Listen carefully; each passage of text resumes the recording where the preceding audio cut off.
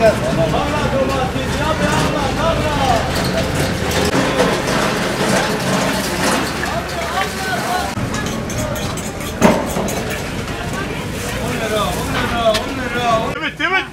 Baritan 10 milyon, 10 milyon.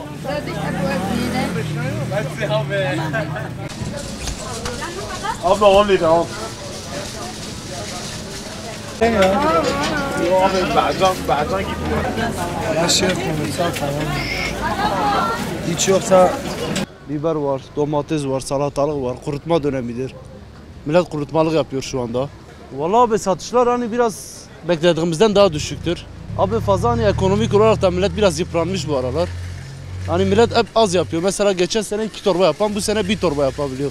Milletin bütçesi buna yetiyor yani abi. Şu an kurutma dönemi olduğu için biberlerde biraz alım fazla. Yerli domatesimiz var, salatalık var. Vallahi abi fiyatlar hani Türkiye genelinde bence bana göre en uygunu Diyarbakır.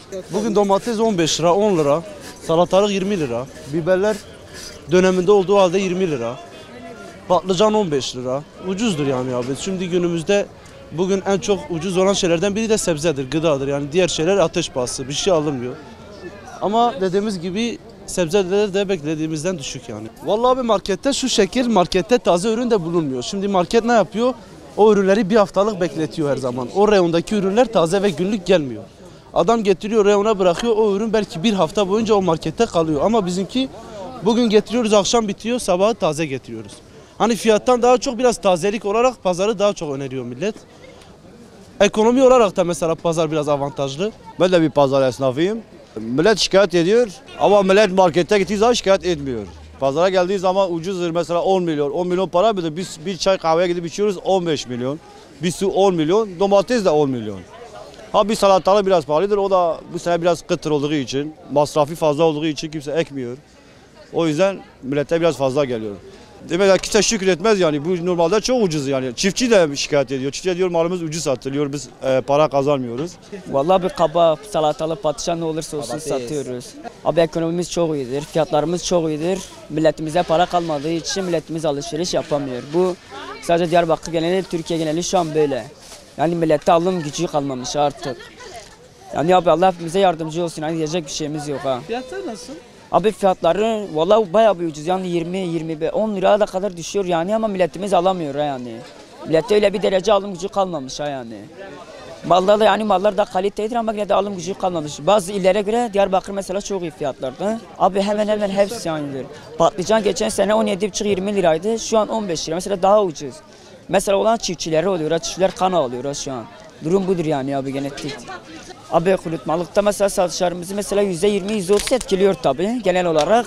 Diyarbakır geneli mesela diğerlerde olsun etkiliyor yani. Çünkü hem yine fiyatlarımız iyidir, kurutmalığa göre bayağı iyi fiyatlar ama milletimiz çok şükür yine şükür demeye devam ediyoruz abi, yapacak bir şeyimiz yok.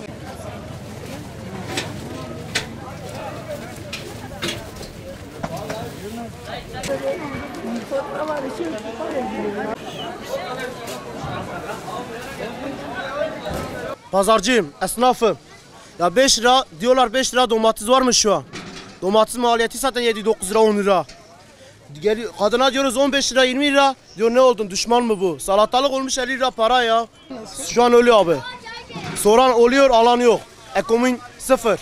Almıyor, sıcak, kurutma zamanı şu an. Salçalığa diyoruz 50 lira. Soran oluyor, giden gelmiyor geri. Fiyatlar şu an gayet uygun ama maalesef alım gücüm yok. Vatandaşımız fiyatlardan şikayetçi.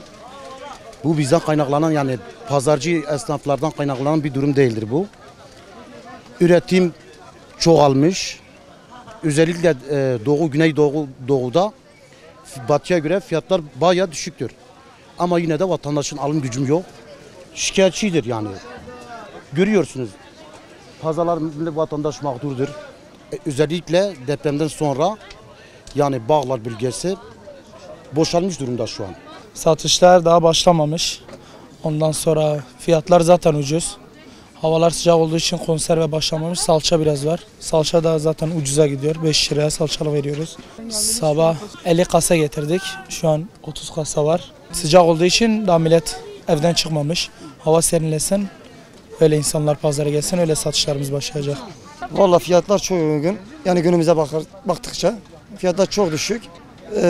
Şu an iyi yani. Fiyatlar iyi. Alım gücü çok düşük. Milletin alım gücü çok düşük. Askeri ücret zaten artış olmadı, zam olmadı. Herhangi bir yükseklik olmadı. Millet şu an alışveriş yapmıyor doğru. Şu anda salçalı dönemi. Konserve dönemi daha gelmemiş. Öyle salçalı dönemi zaten.